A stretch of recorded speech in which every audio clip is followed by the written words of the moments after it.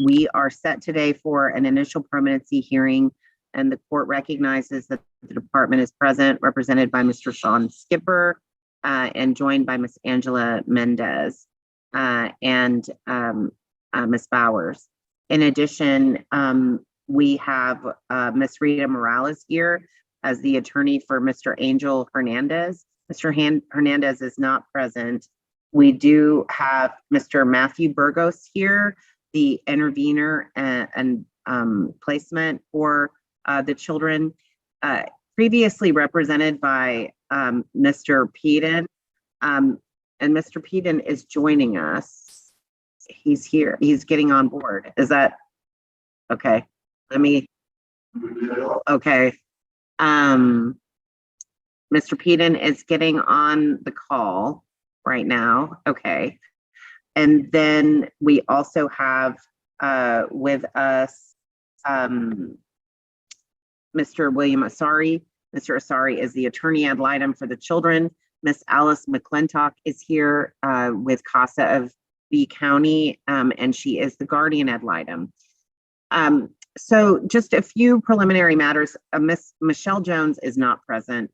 Miss Jones is the attorney ad litem for the respondent mother, McKenna Burgos, who's not present. Miss Jones had a death in the family and will not be available today. And there's also another issue that this court did not have a Rule 11 agreement on file regarding conducting these proceedings remotely, but I think we were all operating under the assumption that prior hearings had been remote and that we would continue. And so I should also say we have another individual here in the courtroom in person, Mr. Ferris, who believed that his firm had been retained to represent Mr. Burgos. Mr. Peden, are you still, can you help? So there's a lot of issues there, but let's first address your continued representation of Mr. Burgos and Miss Burgos. Are you still the attorney of record? That's a good question. Okay. Mr. Ferris may be in a better position. There were some issues with the Alex Hernandez firm, and I showed up because it was my obligation to do so, but the situation is a bit fluid. Okay. All right. And that's what Mr. Ferris has indicated to me as well. Mr. Burgos, are you aware of this change in representation? I knew that there was a slight issue. I attempted to reach out to the Hernandez firm, but I didn't get any contact back. But this portion is new to me. I was understanding that Mr. Peden was still going to be able to at least represent us for this hearing. Okay. All right. Okay. So, and Mr. Ferris, to his credit, said that he was just advised, I think Sunday evening, late of this issue. So he's advised that he's not prepared to step in if needed. And I'm not sure what all those issues are regarding the case and your involvement with the firm. I know Ms. Jones can't be here, and I know we don't have an agreement, at least in writing, about proceeding remotely. So let me ask Mr. Skipper, what is the department's position today? First, about proceeding and proceeding virtually. I guess those are two separate matters. I have absolutely no objection to proceeding virtually. I had thought that, yeah, I guess subtext, Your Honor, I thought we'd all agreed that we'd be proceeding virtually in this because, you know, I'm all the way out of basically Corpus. Mr. Peden is up in Waco, I think. That's correct. I'm sorry. Yes. Yeah, he's up okay. in Waco. And Rita is down here in Corpus, and Mr. Asari is all over the map, depending on whatever day it is. So, and the same with Miss Morales, plus with what's happening with Michelle. I know that due to Michelle's, currently her current situation, as well as her health situation, I had just assumed that we were going to be doing this remotely because we're from, and I believe that Mr. Burgess even is in Skidmore, so it would be a drive for them as well. So I had thought that we would be doing this by Zoom, and I have no objection to continuing to do it by Zoom pursuant to the latest order that says you can agree on the record to do it by Zoom. Now, if somebody wants to go up to the courthouse to where you are, well, we can do that too, but I am absolutely okay with having it via Zoom. All right. Well, under the circumstances, since there seems to be a lot of moving parts, and out of respect for Ms. Jones and for Mr. Burgos to, I think, address this representation issue, I have no problem resetting this to our next docket, which would be April the 11th at 11 in the morning. If I'm still representing, no conflict, we might check with Mr. Ferris as well. Mr. Ferris indicates it's a good. Yeah, okay.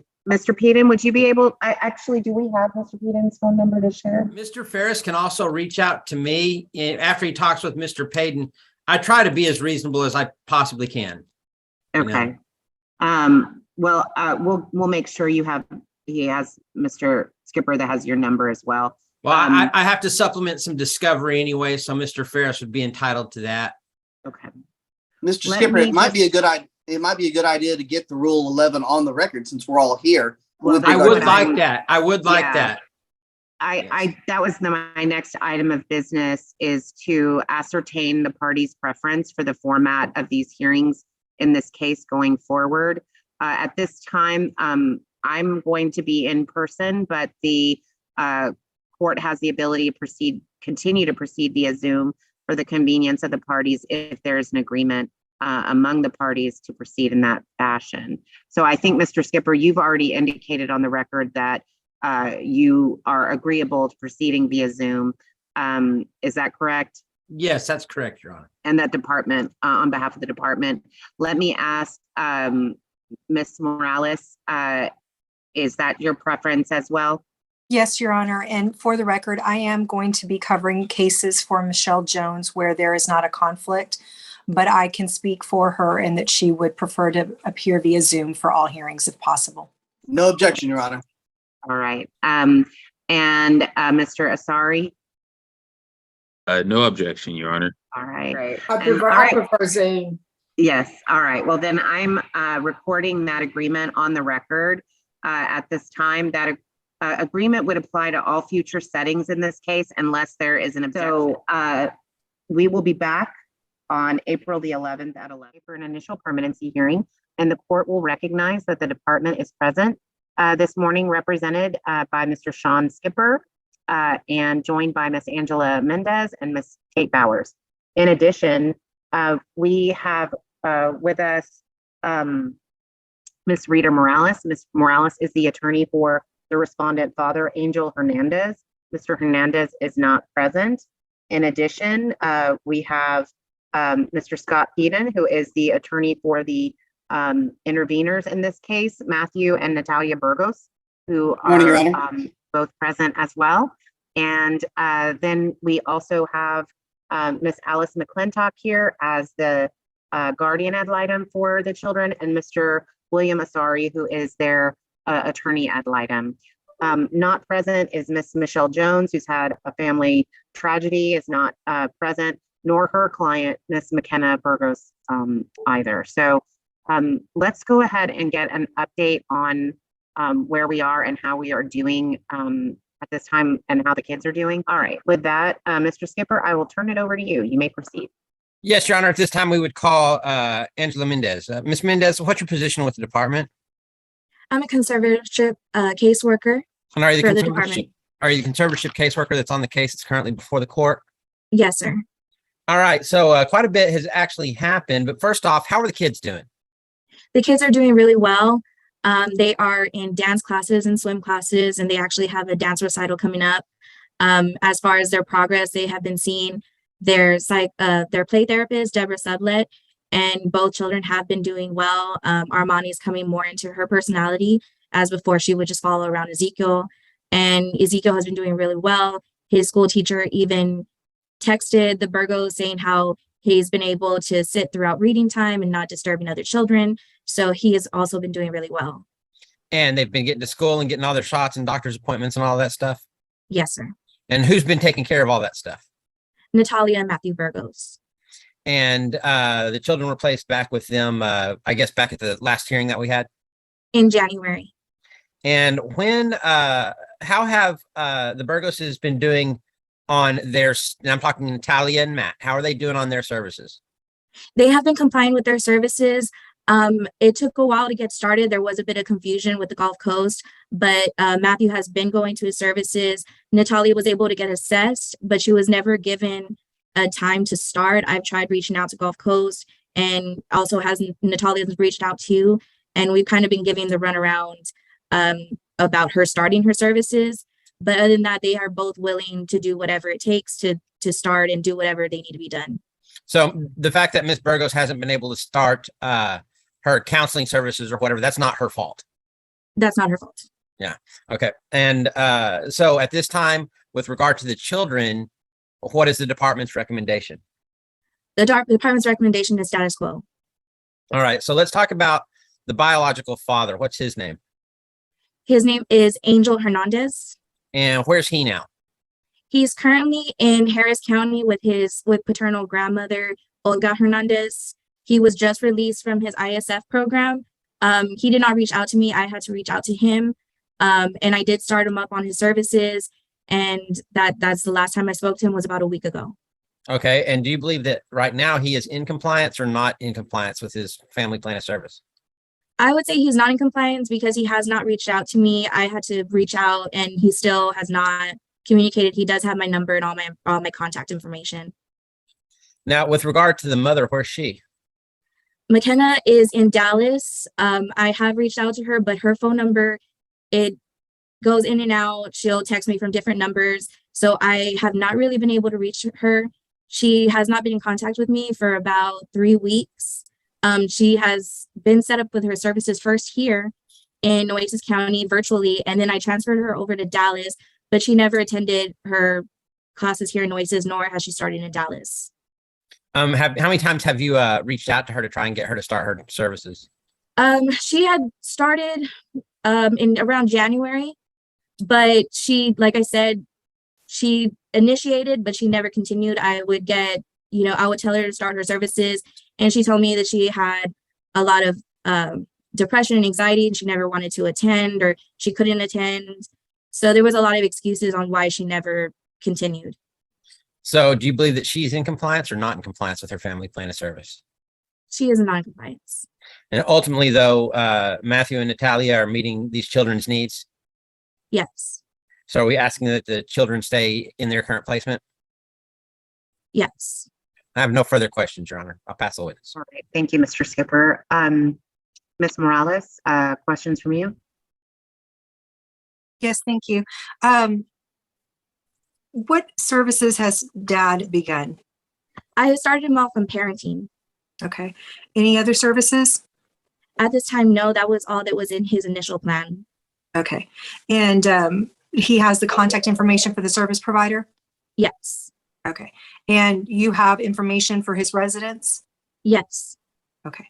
And at some point, will you be going out to the residents to determine if it's appropriate or not? Yes. Okay. Thank you. No further questions, Your Honor. All right, Mr. Peden, questions from you? Thank you, Your Honor. Ms. Mendez, a couple of questions. Just so that we're clear, is it your opinion that it's in the best interest of the children to remain with the Burgoses at this time? Is that correct? Yes. All right. Now, with regard to your placement report, you indicated, as you did here in your testimony, that the kids were doing well and that sort of thing. And yet you said that you could not recommend permanency with the children, instead with the Burgoses, and instead the department is seeking placement with a non-relative based on an unfavorable home study. Can you elaborate on what the unfavorable home study was if the children are doing so well? The unfavorable home study has to do with the reason to believe for neglectful supervision. All right, so that relates back to the whole reason you yes. started this. Okay, all right. So just to make sure, that's the only thing that you have not seen. Is that correct? That you've Yes, seen sir. problematic. Yes. All right. The Burgesses, you're not giving the Burgesses any credit for the good things that you've said about them? No, they do deserve credit. It's just, as a department, we cannot recommend a home that has reason to believe. Is that a matter of policy, or is that just your opinion, or what? That's policy. All right. And so I think I understand that. So basically, it's the position of the department that you will never recommend the Burgesses get the children. Is that correct? Yes. Even if they're the most wonderful parents in the world. I'm sorry. It is just our policy that we cannot recommend a home that has reason to believe. All right. So you disagree with the court's placement with of the children with the Burgesses. Is that correct? The department does disagree. Very well. No further questions, Your Honor. Mr. Asari, any questions from you? No questions, Your Honor. Okay. Mr. Skipper, any additional questions for Ms. Mendez? I have no additional questions for Ms. Mendez. I think the case is pretty clear. All right. Any other witnesses then? No other witnesses, Your Honor. Any other witnesses from any other party? Your Honor, we would like to bring Matthew Burgess as a witness. Sure. All right, Mr. Burgess, can I get you to unmute yourself, sir? And then once you've done that, if you'll raise your right hand. Do you swear and affirm that the testimony you're about to give is the truth, the whole truth, and nothing but the truth, so help you God? I do. Thank you. Mr. Peden, you may proceed.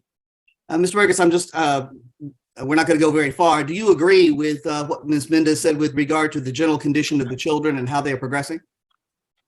Yes, sir, I do. Now, with regard to the issues that the court is aware of and the issues, the position that the department has taken, do you have any comment on that, or can you comment with regard to that position? Yes, sir. I've already filed that the reason to believe be reviewed with the proper authorities. I don't recall exactly who it is, but it's following the paperwork trail to be able to get that either reviewed or overturned. All right. Do you agree with the department's position that the rights of the parents should be terminated? Yes, I do. All right. And if those rights are terminated, do you have any plans with regard to the children? Yes, if CPS decides to determine the rights, the plans are to adopt the children.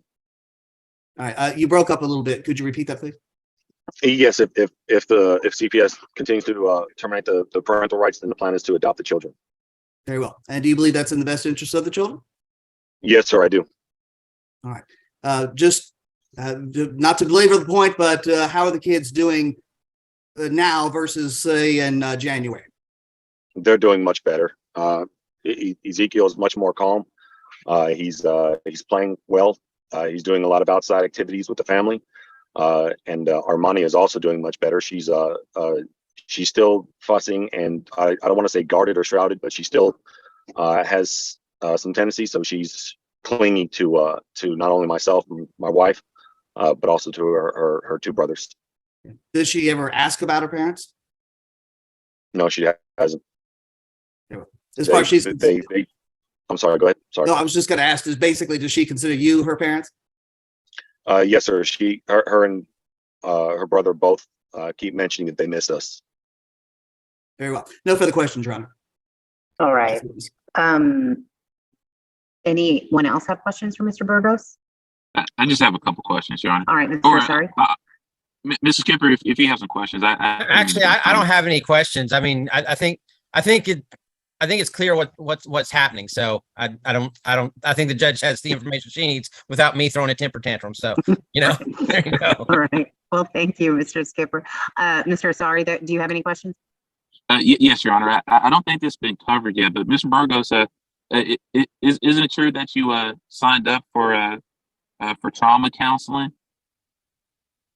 I signed up for the family counseling as requested by CPS. So I did both private counseling before we got the information, as well as the recommended counseling that from the Gulf Coast counseling services that the CPS had recommended. That, but I don't believe it was for trauma itself. It was, however, it was regarding this issue. Okay. Yeah, because I think I saw in a report that was mentioned that you were looking into enrolling into trauma-informed training. That's the CPS training that was offered. That was training, not counseling. I apologize. Okay, just make sure that was covered. Yes, sir. Those are the questions I have. I'll pass the witness. All right. Thank you, Mr. Asari. Anyone else? If not, any other witnesses from any other party at this time? Other than CASA, Your Honor, I think. Yes, and that was going to be my next question. Ms. McClintock, if I can get you to unmute yourself and just let me know how you think the children are doing and what your recommendation is to the court at this time. I think the children are doing really well also. I don't have anything to add as far as their adjustments back home. I would recommend highly that the kids remain there. Well, thank you. Mr. Asari, anything you'd like to add to that at this time? You know, we've heard nothing but significant improvement in the children's lives since returning with the Burgoses. So I would ask that the kids remain there. I know the department has a policy, and you know they have to stick to that. But I mean, if this case is moving towards termination, I think we should strongly consider the Burgoses as a permanent home for these kids, especially with what we've been hearing as far as, you know, the kids' progress over these past few months. All right. Well, thank you, Mr. Asari. Does anyone else need to address the court at this time? Your Honor, the department is basically asking that you find that Mr. Burgos and Miss Burgos, who are represented by Mr. Payton, the respective aunt and uncle, are to be found in compliance with their service plan at this time. We're asking that you find that Mom McKenna Burgos and Angel Hernandez are not in compliance with their family plan of service at this time. We are asking for a status quo on placement. We do think that would be in the best interest of the children. And as far as termination goes, proceeding forward with termination, I do believe that is the department's plan to proceed forward on termination, which if Mr. and Mrs. Burgos do play their cards right, I think they have a strong possibility of swooping in and getting these children, even against the department's recommendation, just due to the circumstances that this case arises out of. So that's just going to be what it's going to be. I think once we get to a final trial, I really foresee in and O grounds here for mom and dad more than endangerment grounds. Mm-hmm. Just off the top of my head, that's what I see. So that's where I'm sitting. And I think everybody, all the attorneys here probably understand what I just said. So yeah. All right. I thank you, Mr. Skipper. And Mr. Peden, was there anything from you? I would just like to call to the court's attention at page 4, the concerns and recommendations of the guardian ad litem's report, which of course we concur with, and that is permanent placement for the children. I think would certainly be in their best interest. It's hard to find a lot of situations that have this kind of family turmoil where you have family members who will love and take care of the children. I think the court should take advantage of that. Thank you. All right. Well, based on the testimony the court has heard today, the court is going to find that the current placement for the children with Mr. and Ms. Burgos is meeting their needs in all aspects, and that continuation of that placement is in their best interest. The court has heard nothing but good things about the progress the children have made since being placed back in their care, that they are, in all aspects, behaviorally and emotionally, really progressing. And that's very gratifying to hear. So the court wants to continue that and ensure their continued stability and progress. The court does find that there would be a continuing danger to the children if they were returned to the care of either parent at this time, and is finding that both Mr. Hernandez and Ms. Burgos are not in compliance with their plans of service, as they are not significantly engaged in any meaningful way in the services that were ordered by this court. We are the court is also going to substitute Ms. Kathleen Savage as attorney ad litem for the respondent, Mother McKenna Burgos, given Ms. Jones' circumstances and her recent loss. She is not going to be available to give, I think, the case the attention that it needs at this important stage of it. So I'm making that substitution. And I will remind all parties that we will be back for our next permanency review before final order on July the 11th at 10:30 in the morning. At our prior setting in this case, our last docket, the court found the agreement or recorded the agreement of the parties that all future hearings would be via Zoom. And I'm assuming that that agreement is still in place and all parties have that preference for Zoom hearings going forward. Yes, Your Honor, that's certainly my preference. All right. Well, I don't see anyone objecting at this time. So that hearing on July the 11th would be 10:30 via Zoom. And the court, I'm sorry if I wasn't clear, does find that Ms. Burgos and Mr. Burgos are both in compliance with the court's orders as well at this time. So just as far as I can see, unless there's significant changes in Ms. Burgos and Mr. Hernandez's involvement and participation in the case, there are a number of ways that this case can end in terms of permanency. Mr. Skipper has reported the department's intent to seek termination. Mr. Burgos has also indicated that he's appealing through the Office of Administrative Hearings the finding that the court, it opens up options for the department to also potentially consent at some point in the process. So I think there are a number of ways that this case could be resolved, but it seems to me there are two people who are committed to working towards the stability and security of these children, and they're ensuring their well-being, and they're the only ones that are here today. So I think that speaks for itself. So thank you all for your work on the case. I will see you back on July the 11th at 10:30. If there's nothing further, all parties are excused.